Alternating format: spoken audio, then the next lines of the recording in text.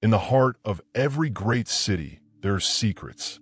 Not the kind found in books, but the kind whispered in the dark, passed between late-night metro workers and weary commuters until they solidify into modern folklore. Here, the most persistent tale is of Aura Station, a phantom platform, fully built but never opened, erased from every official map. Some swear they've seen it, a ghostly glimpse of a place that shouldn't exist. The story surfaces in fleeting moments. Train operators, guiding their final runs through the system's deep arteries after midnight, report a strange flicker in the tunnel lights.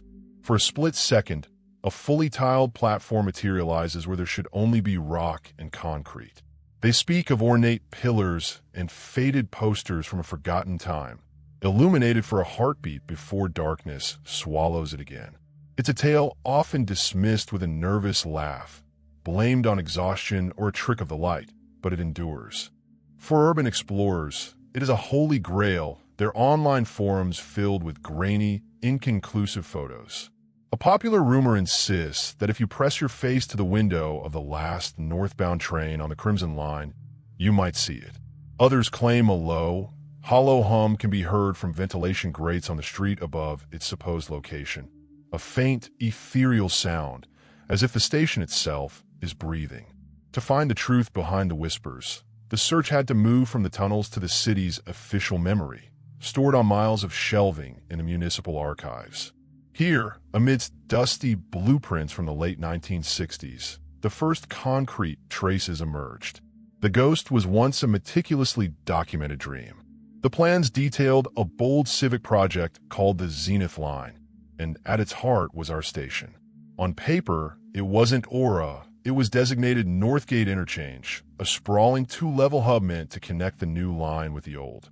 The architectural drawings showed a masterpiece of soaring ceilings and grand concourses, with a budget nearly double that of any other station. Then, in the winter of 1973, the paper trail abruptly ends. A single memorandum states the Zenith Line project is postponed indefinitely, citing budget cuts. The file is stamped closed, but buried in a financial addendum was the first real clue.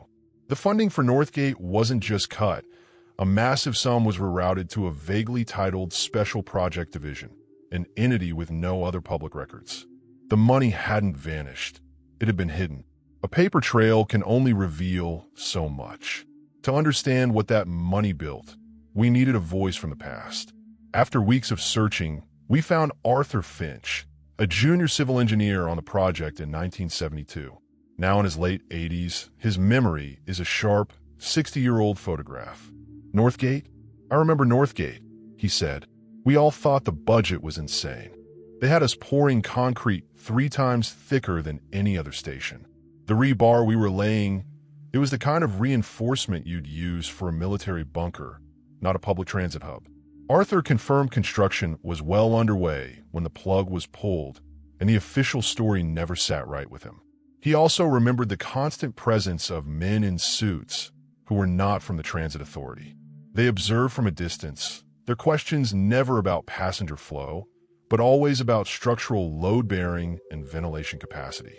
Arthur's testimony painted a picture of how the fortress was built. But what remains of it today? To find out, we descended into the clandestine world of urban exploration, contacting an individual known only as Cypher, who claims to have infiltrated the station within the last decade. It's a concrete tomb. His voice crackled over a secure line, but it's pristine. The silence is so absolute it rings in your ears. His account confirmed Arthur's story of over-engineered construction, but Cypher found something that wasn't on any public blueprints. At the far end of the lower platform, behind a crumbled temporary wall, he discovered a massive, sealed corridor. It wasn't boarded up. It was a solid wall of heavily reinforced concrete with a steel door set into it. Its locking mechanism cut off and welded shut from the outside. It felt different, Cypher explained. The rest of the station was abandoned. This was sealed. Whatever that passage leads to, someone wanted to make absolutely sure no one ever got in. A fortress with a sealed vault inside. Armed with these 2 testimonies, the archival blueprints were no longer historical records. They were a map to a hidden truth. The first anomaly was the sheer mass of the construction. A modern structural engineer who reviewed the plans put it bluntly. This isn't designed to keep soil out. This is designed to survive a direct, surface-level cataclysm. The second discovery was buried in the HVAC schematics. Beneath the plans for public ventilation was a completely separate secondary system. It was a closed-loop, overpressurized air supply, with intake vents disguised as utility sheds blocks away from the station.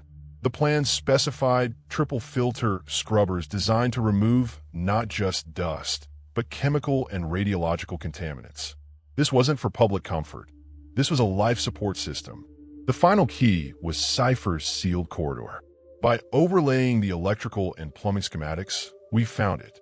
Labeled a utility conduit, it had its own independent power grid and water line, leading to a series of large, empty chambers adjacent to the main structure. The pieces were all on the table. A phantom budget, bunker-grade walls, a hidden life support system, and a sealed corridor to a secret void. Northgate Station was never just a station. It was a Trojan horse made of concrete and steel. Its primary purpose was not to serve commuters, but to protect the city's leadership in the event of the unthinkable. The evidence points to one inescapable conclusion. Northgate was built as a cover for a classified continuity of government facility, a secret, nuclear-hardened bunker. This revelation recontextualizes every anomaly. The insane budget was the cost of a subterranean fortress. The men in suits were federal agents overseeing a project of national security. The sophisticated air filtration was to provide breathable air for months after an apocalyptic attack. And the sealed corridor? That was the main entrance.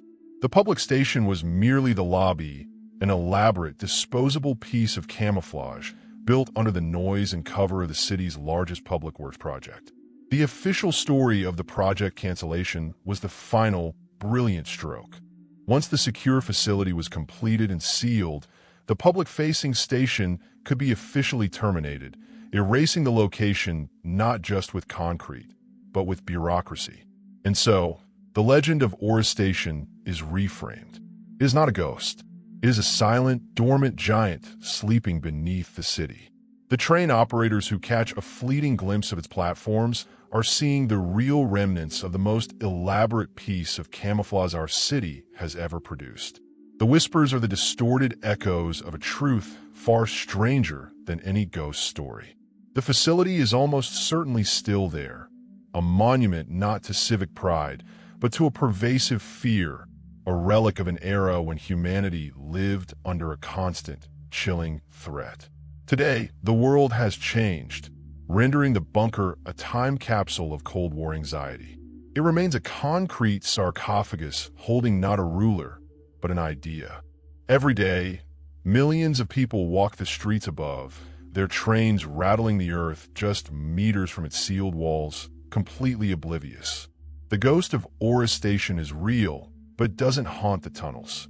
It haunts our history, and down there in the cold, absolute dark it sits, waiting